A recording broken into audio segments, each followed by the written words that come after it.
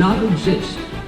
4 centuries of work, bloodshed, loneliness, and fear created this land. We built America, and the process made us Americans. A new breed, rooted in all races, stained and tinted with all colors, a seeming ethnic anarchy. Then, in a little time, we became more alike than we were different. A new society. Not great, but fitted by our very thoughts for greatness. Excuse me, Mr. Twain. What's that? Perhaps you recognize those inspiring words from one of America's great writers. No, Dr. Franklin, I don't recall writing anything like that. Oh my, of course not. They're from the pen of John Steinbeck, back in the 20th century. Why, it seems he has nearly the same spirit as the founding fathers themselves. Well, listen to the proud elder statesman. Mr. Twain, pride is one of our national passions. Even those who overcome it are proud of their humility. Easy now. I was born honest. Fortunately, more often. Dr. Franklin is our genuine American antique. I suppose our story begins with you. Actually, it started long before even my time. It started when dreams and visions of a new world were shrouded in the myths and legends of an old world. Finally, through those early mists of uncertainty, sailed the first great adventurers.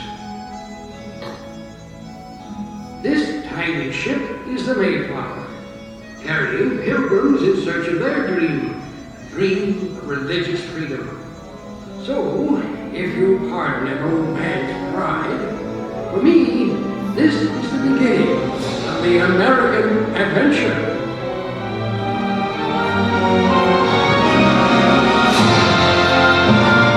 There's a land across this ocean I'm waiting to see, a land for these people who dream to be free. So stand by the mainsail, the fierce storms will race, aloft with the mates our King Neptune will face. You think that these land lovers never would last, this cargo of pilgrims 12 feet for the mast. It's land ho, we hearties, at last we've arrived, and praise be to God, nearly all have survived. But a look o'er this wilderness brings me to dread that the first bitter winter may leave all more dead.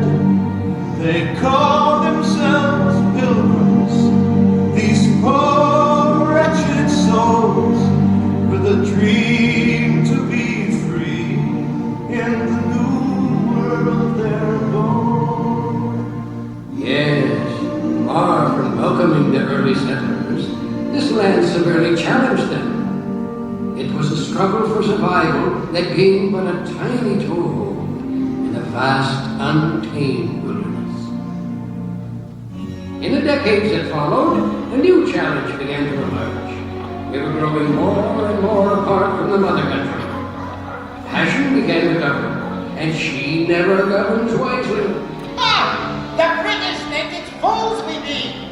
If they tax our trade, then our land be next, and soon all else be possessed. Hear me now. You ask defense against the French and the Indians. Should you not help pay for it? Parliament's colonial policy is both arbitrary and unjust. That's nonsense. The same tea that cost you 3 shillings a pound costs us 6. First, we spoke out with our voices. Then, we spoke out with action, with a growing defiance that led to the Boston Tea Party. Hear ye! Hear ye! By royal proclamation, His Majesty King George III hereby sets... Look at this. They're crossing the harbor. But surely we can work something out. Our king feels we're wrong. Your king, you Tory! Either we cut the ties with England, or we surrender our liberty! Finally, the time had come to speak with one voice in a declaration of independence.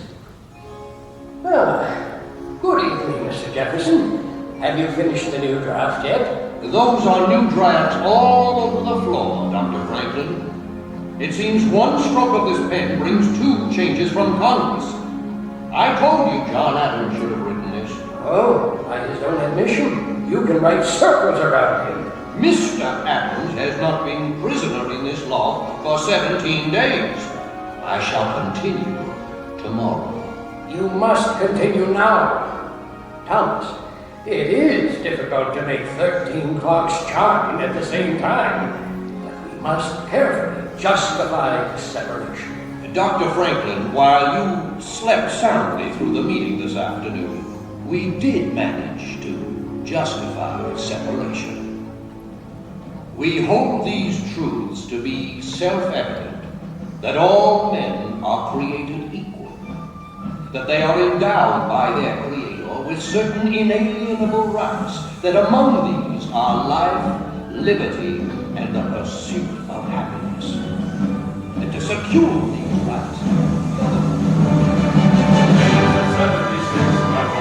ever must be near, that every Methodist must get up and fight for freedom here. We'll win the flags of the red or race as many volunteers. Oh, 'tis a great delight to march and fight, but it's getting tough like fear.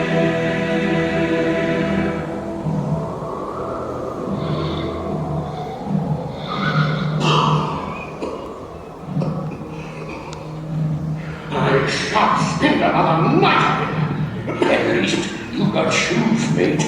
There's not a dozen left what can say that. Don't tell me, Fred.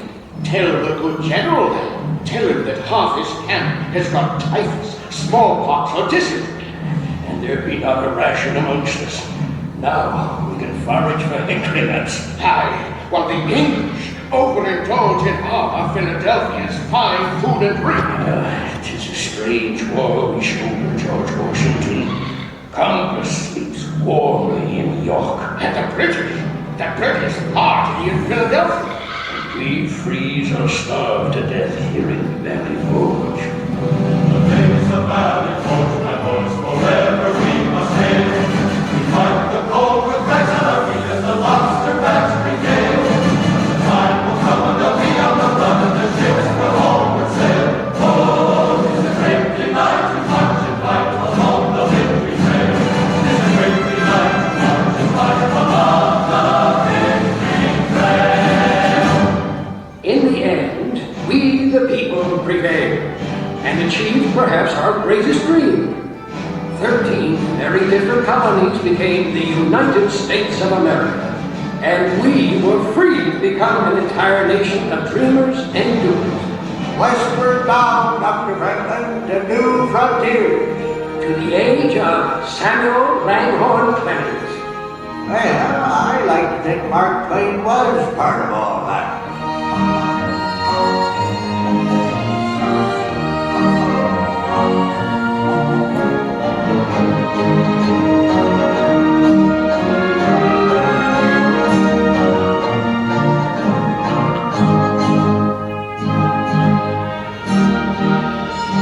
Yes, sir, Dr. Franklin. You founding fathers gave us a pretty good start, don't you know? We still had some things to learn the hard way. Seems a whole bunch of folks found out we the people didn't yet mean all the people. Folks like Frederick Douglass. Even amidst the cricket song here along Mark Twain's beloved Mississippi, I hear the noise of chains and the crack of the whip. Yet there is hope.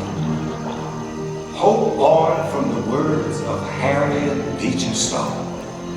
Uncle Tom's Cabin has given our nation a key which can unlock the slave prison to millions. Anti-slavery is no longer a thing to be prevented. It is grown too abundant to be snuffed out like a lantern. Troublemakers like Douglas got us into this mess. We only wanted freedom, not war. Well, listen to my abolitionist brother. What? Pa, he's gonna make a real good Philly Yankee. We got a good cause, Johnny Graham. Why, both of you? You're gonna ruin Ma's birthday. No. Ain't nothing been ruined today. We're all together. That's what counts. Now, you go ahead, Mr. Brady. All right, everybody. Hold real still.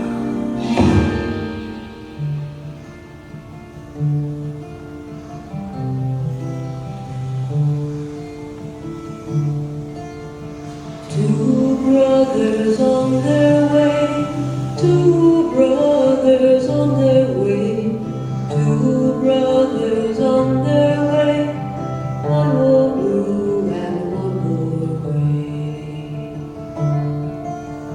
One more blue and one more gray, as they marched along their way.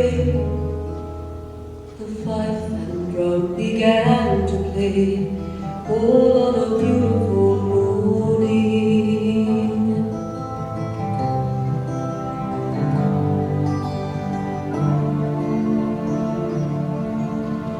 One was gentle, one was kind. One was gentle, one was kind. One came home, one stayed behind. A cannonball don't pay no mind. Cannonball don't pay no mind, if you're gentle or if you're kind.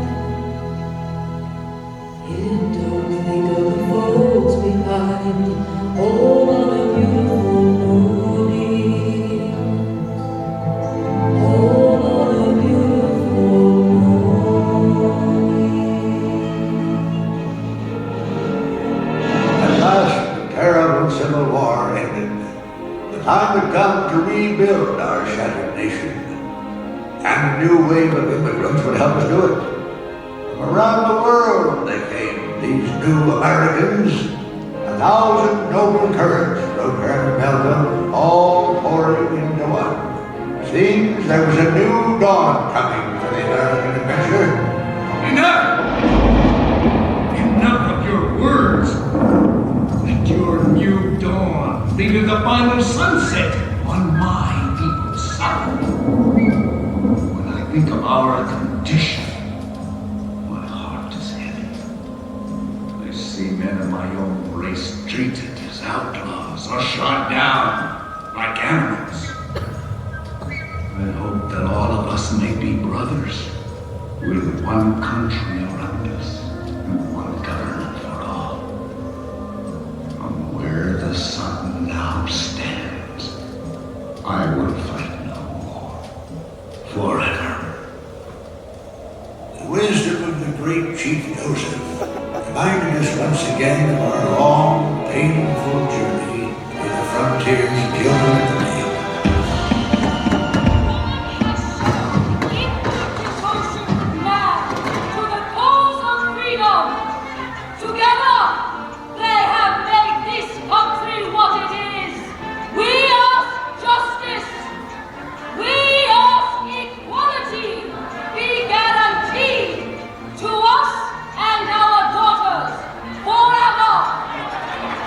Well, here we are, back in the heat of Franklin's Philadelphia again.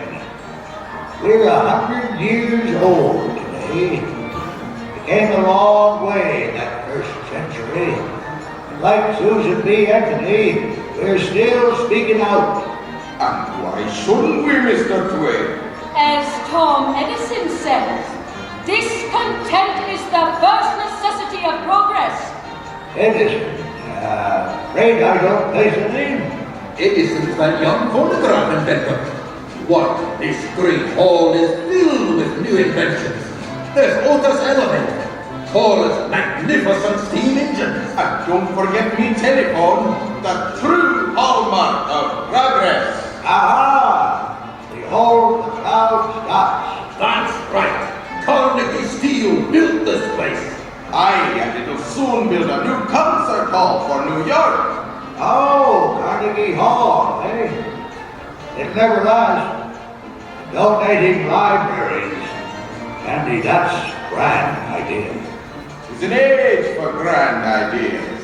An era for innovation. A dawn for new awareness.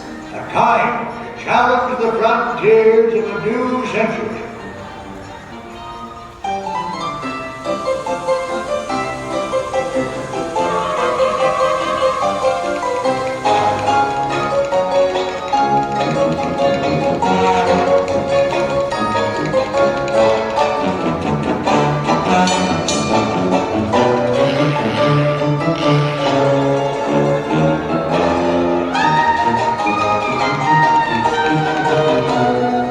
Yes, sir. We soared into the 20th century on the wings of invention, and the winds changed.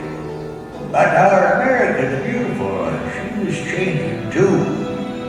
We needed people like Teddy Roosevelt and outspoken naturalist John Muir to get our attention. Beautiful. Bully beautiful.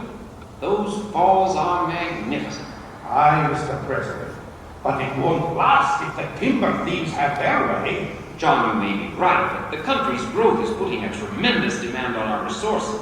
Any fool can destroy trees. Why, for more than 3,000 years, God has cared for our giant sequoias, saved them from drought, disease, avalanches, and floods. But He cannot save them from food. Now, John, you know I can't ask lumbering to stop completely. All I ask is that we stop massive destruction. What will our children inherit?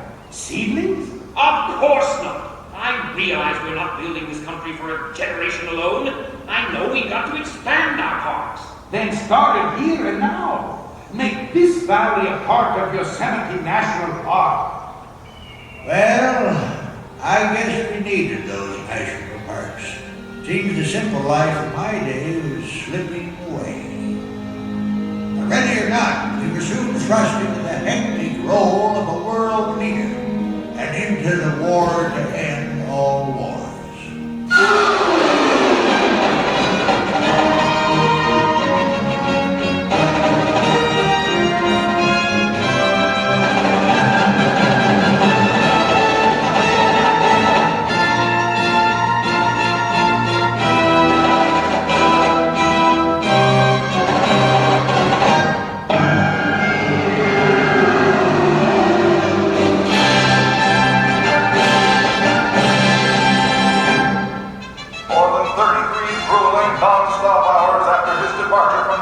Captain Charles Augustus Lindbergh successfully landed his fearless Eagles in Paris last week.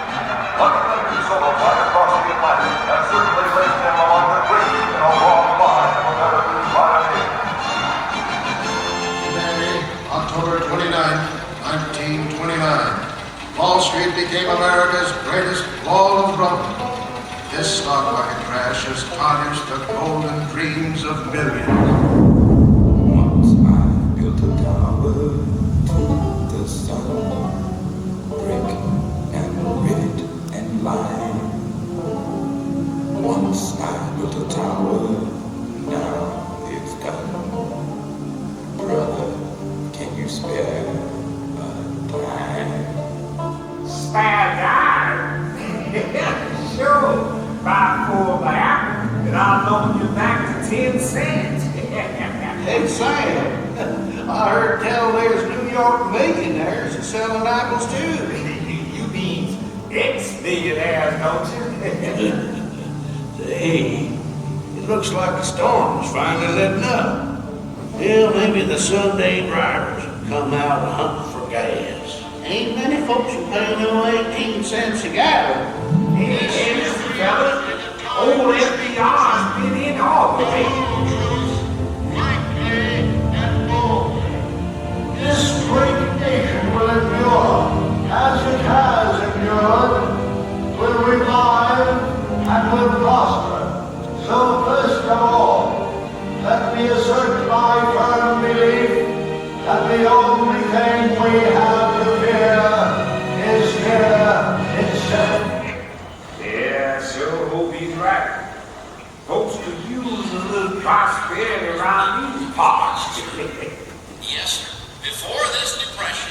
be sure and enjoy special lessons. Hold it. But I think it's real rod. We was a mighty cocky nation. We begun to believe that the height of civilization was an automobile, a radio, and a bathtub. Of course, now we're a whole lot smarter. Now Congress wants to trim down the Navy so it'll fit into the bathtub too. You know, it seems to me like we're the only nation in the world that waits till we get into the war before we start getting ready for it. Yesterday, December 7th, 1941, the United States of America was suddenly and deliberately attacked by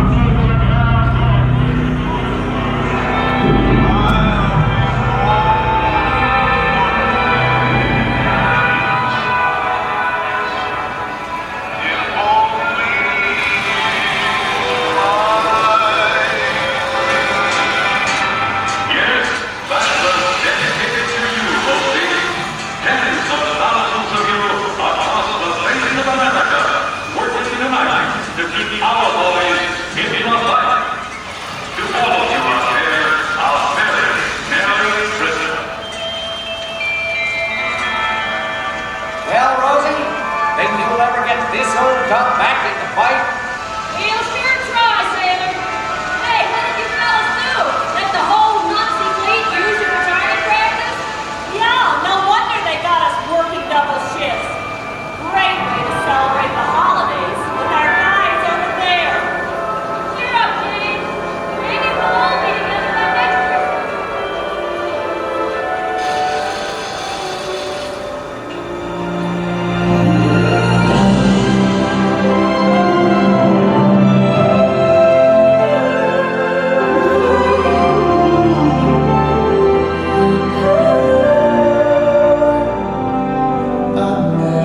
America, spread your golden wings, sail on freedom's wing across the sky. Great bird, with your golden wings, flying high, flying high. America, you must keep dreaming now, dreaming the promised land of your pioneers. America, keep on flying now, keep your spirit free, facing new frontiers. And so, my fellow Americans, ask not what your country can do for you, ask what you can do for your country. My fellow citizens of the world, ask not what America will do for you, but what together we can do for the freedom of man. I have a dream this afternoon that the brotherhood of man will become a reality in this state, with this state. First stage down 2.5. You're done to start. 4 forward. 4 forward. Just to the right. Hold. Contact light. Okay, hit this stop. 1 time to get down. Go. And hold your face here. There you go, my license.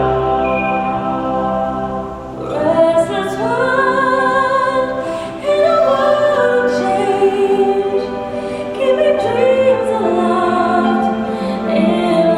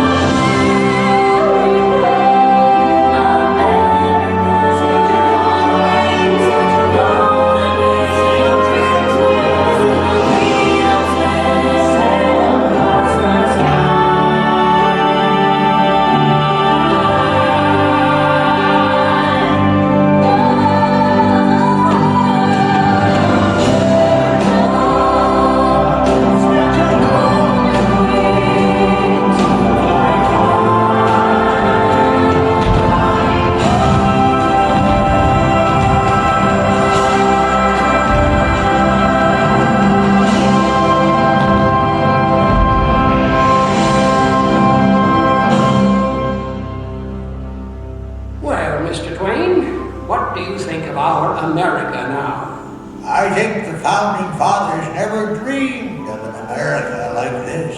Of course not. We weren't dreamers, we were visionaries. That is why our Constitution withstands the rigors of time. Easy now, Dr. Franklin. This nation's still just a youngster, don't you know? Why, some countries have been around for 50 centuries.